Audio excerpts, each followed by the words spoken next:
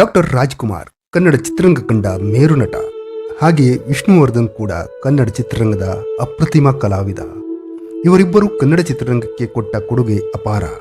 ಅಂದ ಹಾಗೆ April 12, 2006ರಂದು doctor Raj ತೀರಿಕೊಂಡಾಗ ನಡೆದ ಘಟನೆಗಳು ಯಾರೂ ಕೂಡ ಎಂದಿಗೂ ಮರೆಯುವಂತಿಲ್ಲ. ಅಂದು ಡಾಕ್ಟರ್ ರಾಜ್ ನಿಧನದ ಸುದ್ದಿ ಹೊರಬಿದ್ದಂತೆ ಹಲವು ಕಡೆ ದೊಂಬಿ ಗಲಾಟೆಗಳು, ಸರ್ಕಾರದ ಸ್ವತ್ತುಗಳು ಹಾನಿಯಾಗುವುದರ ಜೊತೆಗೆ ಹಲವಾರು ಅಭಿಮಾನಿಗಳು ಸಾವನ್ನಪ್ಪಿದ್ದು ಮಾತ್ರ ದುಃಖದ ವಿಷಯ. ಇಂತಹ ಒಂದು ಘಟನೆ ನಮ್ಮ ಕನ್ನಡ ಚಿತ್ರರಂಗದಲ್ಲಿ ನಡೆದು ಹೋಗಿದ್ದು ಮಾತ್ರ ತುಂಬಾ ಬೇಸರದ ಸಂಗತಿ. ರಾಜ್ಕುಮಾರ್ ನಿಧನದ ಸುದ್ದಿ ಅವರ ಅಭಿಮಾನಿಗಳಲ್ಲಿ ಅಪಾರ ನೋವನ್ನು ತಂದಿತ್ತು. ಅಂದು ಅಧಿಕಾರದಲ್ಲಿದ್ದ ಸರ್ಕಾರಕ್ಕೆ ದೊಡ್ಡ ತಲೆನೋವಾಗಿ ಪರಿಣಮಿಸಿತ್ತು ಈ ಘಟನೆ. ಇದನ್ನು ನಿಯಂತ್ರಣಕ್ಕೆ ತರುವಲ್ಲಿ ಸರ್ಕಾರವು ಹರಸಾಹಸ ಮಾಡಬೇಕಾಯಿತು. ಈ ಘಟನೆಯಿಂದಾಗಿ ಸಾವು ನೋವು ಸಂಭವಿಸಿದ್ದು ಮಾತ್ರ ವಿಪರ್ಯಾಸವೇ ಸರಿ. ಡಾಕ್ಟರ್ ರಾಜ್ಕುಮಾರ್ ಹೃದಯಾಘಾತದಿಂದ ತೀರಿಕೊಂಡಾಗ ಅವರ ಅಂತಿಮ ದರ್ಶನ ಪಡೆಯಲು ಸದಾಶಿವನಗರದ ಅವರ ಮನೆಯಲ್ಲಿ ಸಕಲ ಸಿದ್ಧತೆಗಳನ್ನು ಮಾಡಲಾಗಿತ್ತು. ಚಿತ್ರರಂಗದ ಹಲವಾರು ಕಲಾವಿದರು, ರಾಜಕಾರಣಿಗಳು, ಹಲವಾರು ಗಣ್ಯರು ಡಾಕ್ಟರ್ ರಾಜ್ರ ಅಂತಿಮ ದರ್ಶನವನ್ನು ಪಡೆದುಕೊಂಡು ಹೋಗುತ್ತಿದ್ದ ಸಮಯದಲ್ಲಿ ವಿಷ್ಣುವರ್ಧನ್ ರವರು ತನ್ನ ಆತ್ಮೀಯ ಗೆಳೆಯ ಅಂಬರೀಶ್ ರವರ ಜೊತೆ ಅಂತಿಮ ದರ್ಶನ ಪಡೆಯಲು ಡಾಕ್ಟರ್ ರಾಜ್ ಮನೆಗೆ ಬರುತ್ತಾರೆ. ವಿಷ್ಣುವರ್ಧನ್ ರವರನ್ನು ನೋಡಿದ ಪಾರ್ವತಮ್ಮ ರಾಜ್ಕುಮಾರ್ ಕೂಡಲೇ ವಿಷ್ಣು ಬಳಿ ಬಂದು ಕೋಪದಿಂದ ಬೈದು ಅಲ್ಲಿಂದ ವಾಪಸ್ ಹೋಗಲು ಹೇಳುತ್ತಾರೆ. ವಿಷ್ಣುರವರು ಬೇರೆ ದಾರಿಯಿಲ್ಲದೆ ಅಲ್ಲಿಂದ ವಾಪಸ್ ಹೋಗಿಬಿಡುತ್ತಾರೆ. ಅಷ್ಟಕ್ಕೂ ಪಾರ್ವತಮ್ಮ ರಾಜ್ಕುಮಾರ್ ಅಂತಹ ಸಮಯದಲ್ಲೂ ವಿಷ್ಣು ಬಳಿ ಬಂದು ಅವರನ್ನು ಬೈದಿದ್ದು ಯಾಕೆ?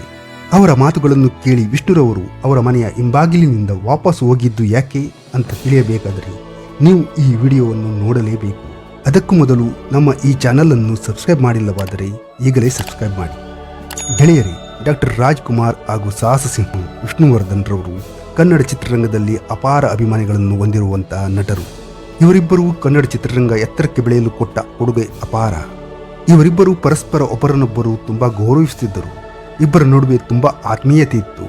ಅಸಲಿಗೆ ವಿಷ್ಣುರವರು ಡಾಕ್ಟರ್ ರಾಜ್ರ ಅಭಿಮಾನಿಯಾಗಿದ್ದರು. ವಿಷ್ಣುರವರು ಡಾಕ್ಟರ್ ರಾಜ್ರ ಜೊತೆ ಗಂಧದ ಗುಡಿ ಚಿತ್ರದಲ್ಲಿ ನಟಿಸಿದ ಮೇಲೆ ಬೇರೆ ಯಾವ ಚಿತ್ರದಲ್ಲೂ ಈ ಇಬ್ಬರು ನಟರನ್ನು ಜೊತೆಯಾಗಿ ನೋಡುವ ಅವಕಾಶ ಕನ್ನಡ ಪ್ರೇಕ್ಷಕರಿಗೆ ಸಿಗಲೇ ಇಲ್ಲ.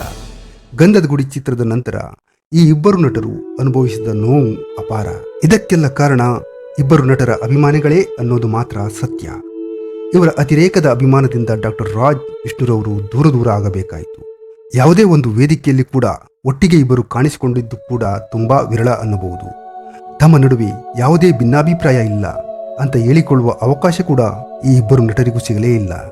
ಹಾಗೆ ಹೇಳಿದರೂ ಇನ್ನೇನು ಎಡವಟ್ಟು ಆಗುತ್ತೆ ಅಂತ ಇಬ್ಬರೂ ಕೂಡ ತುಂಬಾ ನೋವನ್ನು ಅನುಭವಿಸಿದ್ದರು. ಅಷ್ಟಕ್ಕೂ ಇಲ್ಲಿ ನಡೆದಿದ್ದಾದರೂ ಏನು ಅಂತ ನೋಡುವುದಾದರೆ ವಿಷ್ಣುವರ್ಧನ್ ರವರು ವಂಶವೃಕ್ಷ ಚಿತ್ರದಲ್ಲಿ ಪೋಷಕ ಪಾತ್ರ ಮಾಡುವ ಮೂಲಕ ಕನ್ನಡ ಚಿತ್ರರಂಗಕ್ಕೆ ಬರುತ್ತಾರೆ. ನಂತರ ಸ್ಟಾರ್ ನಿರ್ದೇಶಕ ಪುಟ್ಟಣ್ಣ ಕಣಗಾಲ್ರವರು ತಮ್ಮ ನಾಗರ ಹಾವು ಚಿತ್ರದ ಮೂಲಕ ವಿಷ್ಣುರವರನ್ನು ನಾಯಕ ನಟನಾಗಿ ಪರಿಚಯಿಸುತ್ತಾರೆ. ಈ ಚಿತ್ರ ಅಂದು ಮಾಡಿದ ದಾಖಲೆಗಳು ಹಲವಾರು. ಈ ಚಿತ್ರದ ಮೂಲಕ ನಾಯಕ ನಟನಾಗಿ ಬಂದ ವಿಷ್ಣುರವರನ್ನು ಕನ್ನಡ ಚಿತ್ರರಂಗದ ಪ್ರೇಕ್ಷಕರು ತುಂಬು ಹೃದಯದಿಂದ ಸ್ವೀಕರಿಸಿ ಕನ್ನಡ ಚಿತ್ರರಂಗಕ್ಕೆ ಇವರೇ ಹೀರೋ, ಇವರನ್ನು ಬಿಟ್ಟರೆ ಬೇರೆ ಯಾರೂ ಇಲ್ಲ ಅನ್ನುವಂತೆ ಒತ್ತು ಮೆರೆಸಿದರು. ಅಲ್ಲದೆ ಡಾಕ್ಟರ್ ರಾಜ್ ಮತ್ತು ವಿಷ್ಣುವರ್ಧನ್ ರವರನ್ನು ಕಂಪೇರ್ ಮಾಡಲು ಶುರು ಮಾಡಿದರು. ಇಲ್ಲಿ ಗಮನಿಸಬೇಕಾದ ಅಂಶ ಎಂದರೆ ವಿಷ್ಣು ಜನಿಸುವ ಮುಂಚೆನೇ ಡಾಕ್ಟರ್ ರಾಜ್ ರವರು ಚಿತ್ರರಂಗಕ್ಕೆ ಎಂಟ್ರಿ ಕೊಟ್ಟಾಗಿತ್ತು. ವಿಷ್ಣುರವರು ಚಿತ್ರರಂಗಕ್ಕೆ ಬರುವಾಗ ರಾಜ್ಕುಮಾರ್ ಅದಾಗಲೇ 150ಕ್ಕೂ ಹೆಚ್ಚು ಸಿನಿಮಾಗಳಲ್ಲಿ ನಟಿಸಿಯಾಗಿತ್ತು. ಕನ್ನಡ ಚಿತ್ರರಂಗವೆಂದರೆ ಡಾಕ್ಟರ್ ರಾಜ್ಕುಮಾರ್ ಅನ್ನುವಂಥ ಕಾಲ ಅದು. ಅಂದು ರಾಜ್ಕುಮಾರ್ಗೆ ಅಷ್ಟೊಂದು ಅಭಿಮಾನಿಗಳು ಇದ್ದರು ಮತ್ತು ಅವರ ಚಿತ್ರಗಳನ್ನು ಅಷ್ಟು ಮೆರೆಸಿದ್ದರು. ಆದರೆ ಆಗ ತಾನೇ ಬಂದು ಒಂದು ಚಿತ್ರದಲ್ಲಿ ನಾಯಕ ನಟನಾಗಿ ನಟಿಸಿದ ವಿಷ್ಣುರವರನ್ನು ಒಂದು ವರ್ಗದ ಜನ ಡಾಕ್ಟರ್ ರಾಜ್ಕುಮಾರ್ಗೆ ಪ್ರತಿಸ್ಪರ್ಧಿ ಇವರೇ ಮುಂದೆ ಕನ್ನಡ ಚಿತ್ರರಂಗದ ಬಹುದೊಡ್ಡ ನಾಯಕ, ಇವರ ಮುಂದೆ ಯಾರೂ ಕೂಡ ಇಲ್ಲ ಅಂತ ಪ್ರಚಾರ ಮಾಡಿದರು. ಇದರಿಂದ ಮುಜುಗರ ಅನುಭವಿಸಿದ್ದು ಮಾತ್ರ ವಿಷ್ಣುವರ್ಧನ್. ಇಲ್ಲಿಂದ ಇಬ್ಬರು ಅಭಿಮಾನಿಗಳ ನಡುವಿನ ಕಂದಕ ದೊಡ್ಡದಾಗುತ್ತಾ ಹೋಯಿತು. ಆದರೆ ವಿಷ್ಣು ಮತ್ತು ರಾಜ್ರವರು ಒಳಗೊಳಗೆ ನೋವನ್ನು ಅನುಭವಿಸುತ್ತಿರುವುದು ಮಾತ್ರ ಜನಗಳಿಗೆ ಅರ್ಥವಾಗಲೇ ಇಲ್ಲ. ತಮ್ಮ ಹೀರೋನೇ ಎಲ್ಲ ಅಂತ ಬಿಂಬಿಸುವ ಸಲುವಾಗಿ ರಾಜ್ ಹಾಗೂ ವಿಷ್ಣುರವರ ಮನಸ್ಸಿನ ಭಾವನೆಗಳನ್ನು ಅರಿಯಲು ಜನಗಳಿಗೆ ಸಾಧ್ಯವಾಗಲೇ ಇಲ್ಲ. ನಿಜಕ್ಕೂ ರಾಜ್ ಅಂದರೆ ವಿಷ್ಣುಗೆ ತುಂಬಾ ಪ್ರೀತಿ. ರಾಜ್ಕುಮಾರ್ಗೂ ಅಷ್ಟೇ.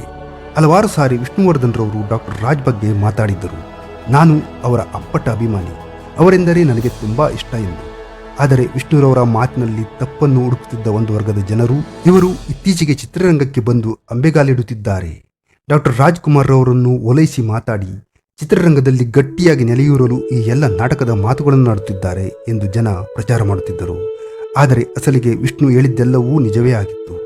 ಜನರು ವಿಷ್ಣು ಮಾತನ್ನು ನಂಬಲಿಲ್ಲ. ವಿಷ್ಣುವರ್ಧನ್ ಅಂದು ನಾಗರಾವ್ ಅನ್ನೋ ಒಂದೇ ಚಿತ್ರದಲ್ಲಿ ನಟಿಸಿ ದೊಡ್ಡ ಹೆಸರು ಮಾಡಿದಂತೂ ನಿಜ. ಒಂದೇ ಚಿತ್ರದಿಂದ ಸ್ಟಾರ್ ನಟರಾಗಿ ಬೆಳೆದು ಬಿಟ್ಟಿದ್ದರು ವಿಷ್ಣು. ಅಂದು ಪತ್ರಕರ್ತರು ಪುಟ್ಟಣ್ಣ ಕಣಗಾಲ್ ಪರಿಚಯಿಸಿದ ಅದ್ಭುತ ಪ್ರತಿಭೆ ವಿಷ್ಣುವರ್ಧನ್. ಇವರು ಕನ್ನಡ ಚಿತ್ರರಂಗದಲ್ಲಿ ಬಹುದೊಡ್ಡ ನಟನಾಗಿ ಬೆಳೆಯುತ್ತಾರೆ ಅಂತ ಎಲ್ಲಾ ಪತ್ರಿಕೆಗಳಲ್ಲಿ ಬರೆದುಕೊಂಡಿದ್ದರು. ಅದಾಗಲೇ ಸ್ಟಾರ್ ನಟನಾದ ವಿಷ್ಣು ಗಂಧದ ಗುಡಿ ಚಿತ್ರದಲ್ಲಿ ಡಾಕ್ಟರ್ ರಾಜ್ಗೆ ತಮ್ಮನಾಗಿ ವಿಲನ್ ಪಾತ್ರದಲ್ಲಿ ನಟಿಸಬೇಕಿತ್ತು. ಈ ಅವಕಾಶವನ್ನು ಸಂತೋಷದಿಂದ ಒಪ್ಪಿಕೊಂಡರು. ಯಾಕೆ ಗೊತ್ತಾ? ಡಾಕ್ಟರ್ ರಾಜ್ ಅಂದರೆ ವಿಷ್ಣು ಅವರಿಗೆ ಅಷ್ಟು ಪ್ರೀತಿ. ಬೇರೆ ಯಾವ ನಟನೂ ಕೂಡ ಸ್ಟಾರ್ ಆದ ಮೇಲೆ ನೆಗೆಟಿವ್ ರೋಲ್ನಲ್ಲಿ ಕಾಣಿಸಿಕೊಳ್ಳಲು ಇಷ್ಟಪಡುತ್ತಿರಲಿಲ್ಲ.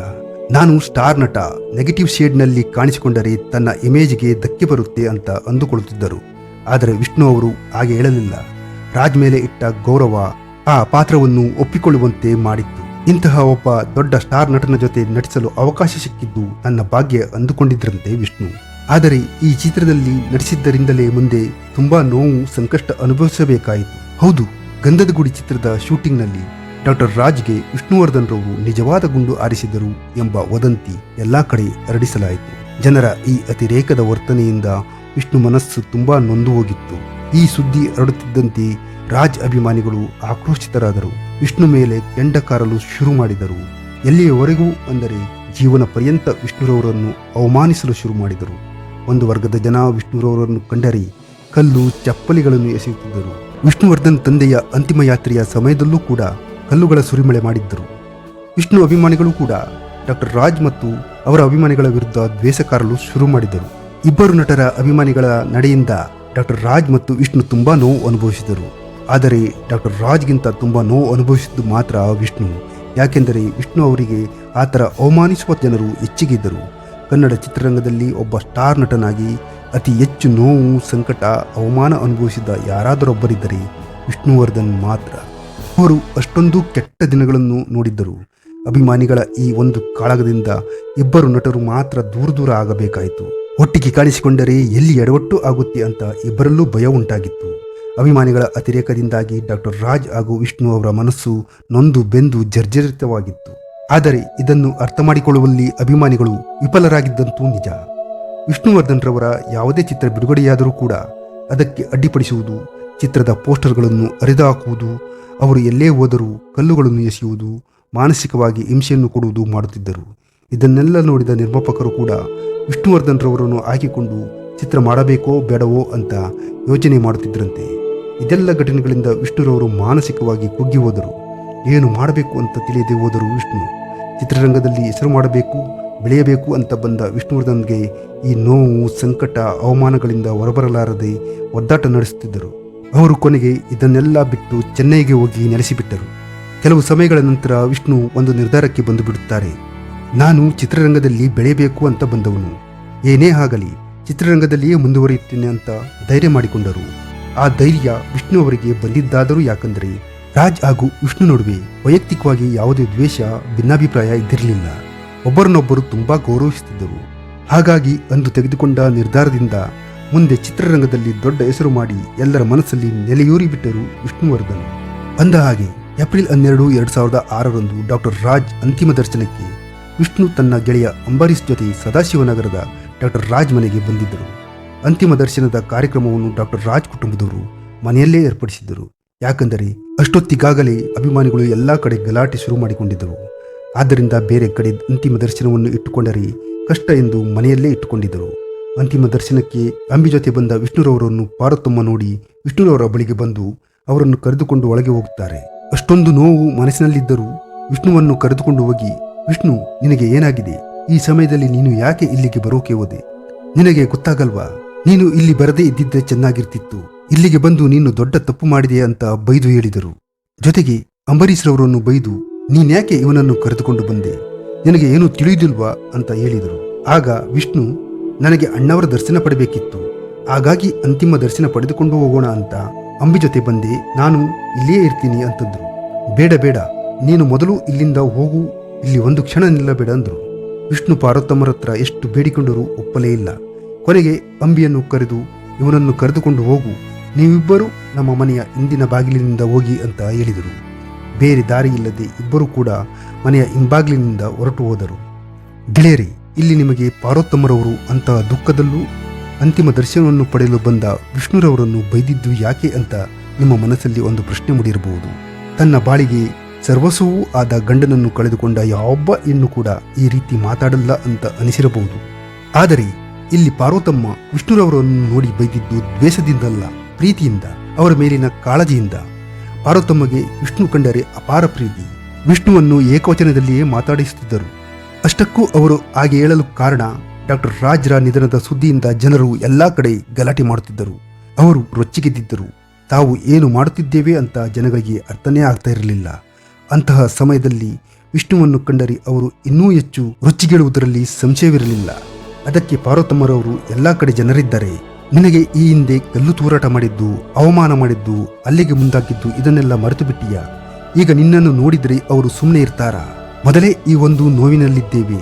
ಇನ್ನು ಡಾಕ್ಟರ್ ರಾಜ್ ಅಂತಿಮ ದರ್ಶನಕ್ಕೆ ಬಂದ ವಿಷ್ಣು ಮೇಲೆ ಅಲ್ಲೇ, ಇದನ್ನು ರಾಜ್ ಕುಟುಂಬದವರೇ ಮಾಡಿಸಿದ್ದು ಅಂತ ಸುದ್ದಿ. ಇದೆಲ್ಲ ರಗಳೆ ಯಾಕೆ ಅಂತ ಅಂದು ವಿಷ್ಣು ಅವರನ್ನು ಅಂಬರೀಷ್ ಜೊತೆ ಮನೆಯ ಹಿಂಬಾಗಿಲಿನಿಂದ ವಾಪಸ್ಸು ಕಳಿಸಿದ್ದರು ಪಾರ್ವತಮ್ಮ ರಾಜ್ಕುಮಾರ್. ಈ ಎಲ್ಲಾ ಘಟನೆಗಳನ್ನು ಹೇಳಿದ್ದು ಹರಿಹರ ಮಂಜುನಾಥ್ ಅಂತ. ಇವರು ಡಾಕ್ಟರ್ ರಾಜ್ ಕುಟುಂಬಕ್ಕೆ ತುಂಬಾ ಹತ್ತಿರವಾದವರು. ಇವರು ಅಂದಿನ ದಿನ ಈ ಎಲ್ಲಾ ಘಟನೆಗಳನ್ನು ಹತ್ತಿರದಿಂದ ನೋಡಿದವರಾಗಿದ್ದರು. ಇವರು ಈ ಘಟನೆಗಳನ್ನೆಲ್ಲ ದಾಖಲಿಸಿದ್ದಾರೆ. ಧನ್ಯವಾದಗಳು.